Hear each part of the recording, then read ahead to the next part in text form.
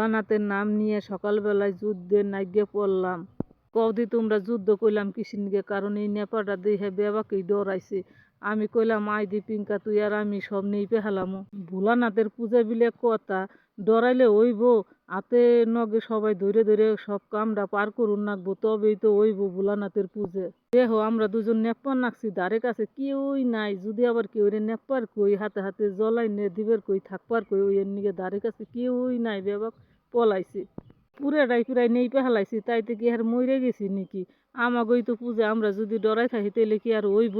যাই হোক, মেলা কিছুই কইলাম তোমাগো। ওখানে সকাল সকালে যে নেই পেয়ে পুইছে রেডিও মু আবার জল আনবার যাউন নাকবো। আমাগো ভোলানাথের ঠান্ডা কেমন হয়েছে তোমরা সবাই কমেন্টে জানাইও।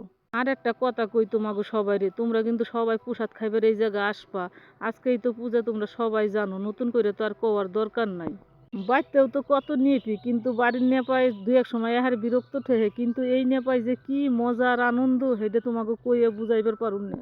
তোমরা কিন্তু হকগলেই রাত্রে আসবা প্রসাদ খাইবেন নিগে, এটা আমার এহার অনুরোধ রইল, কারণ এই জায়গা প্রথম পূজা করবা নাকছে, এই বছরই প্রথম।